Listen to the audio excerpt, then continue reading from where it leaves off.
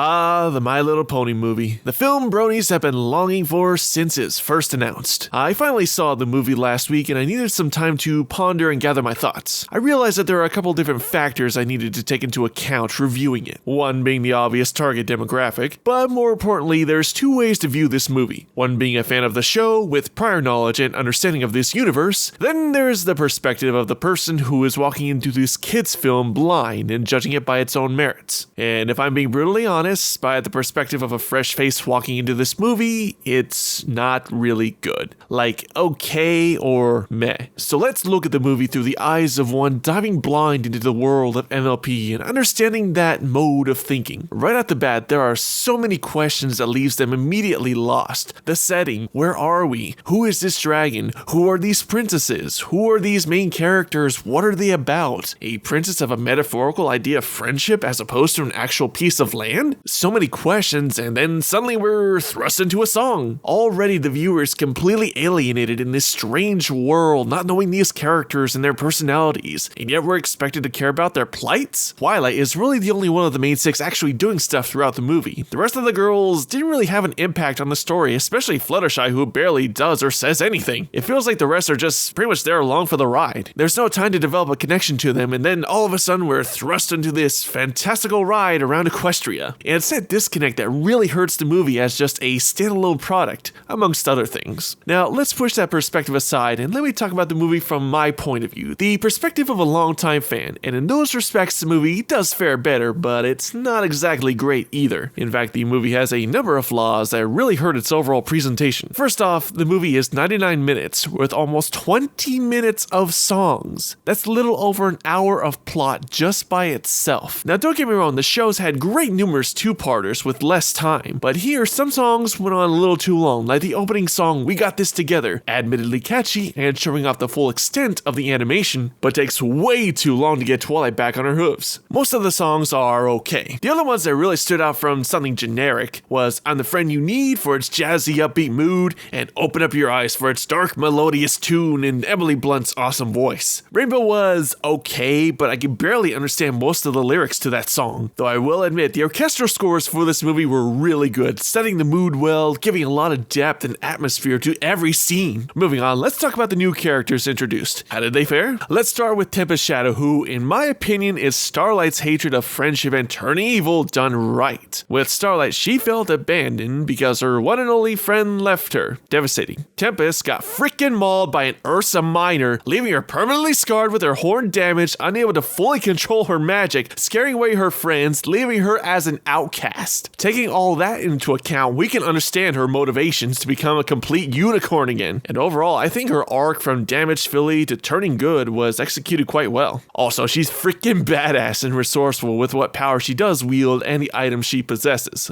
The Storm King was also very entertaining. He kind of reminded me of Handsome Jack with his witty, nonchalant attitude, providing some great humor, yet can back up his seemingly naive self with his conquering of southern Equestria, and of course his army of bullymongs. And that wraps up my Borderlands references. Capra was great too, with his smooth-talking wit and resourcefulness despite the pressure from multiple opponents. Also a great look and design as well. I like Princess Skystar's somewhat airheaded, bubbly personality along with her quirky nature made her kind of a fun character. Not much to say on the others like Grubber, Catherine Solano, Queen Novo. They weren't bad, but they didn't really leave that much of an impact on me. Now, I will say that the main strength of the movie is its animation. Dear Celestia, it is so smooth and fluent. The movements from characters to cameras is amazing. Not to mention how expressive their emotions are, from over-the-top smiles to depressive sadness. And the movie takes every opportunity to show off its dynamic range, showing the epic size of Canterlot in the opening to the creepy atmosphere of the Hippogriff Kingdom. It's a gorgeous looking movie to say the least. So in conclusion, this is not a great animated movie that will be remembered in the annals of time of animation history, nor would I say it's good either, as when you break it down, it is simply an extended Villain of the Week episode. It didn't really take any risks in its storytelling, no surprises of any kind, with somewhat predictable plot progression, and just comes off as your standard MLP fare style of story. Ironic that some Equestria Girls titles have fared better from an overall story standpoint rather than the pony format we love more. Yet despite all that, I did have a lot of fun watching this movie, and even all of the obvious problems didn't deter my enjoyment. The movie is like one of those fancy little delectable delicious cupcakes. It's small, but sweet as hell. Newcomers won't really get anything out of this experience, but for the fans, it's perfectly serviceable. So of course, I recommend seeing it. Well, that's it for today, guys. Until next time, MC out!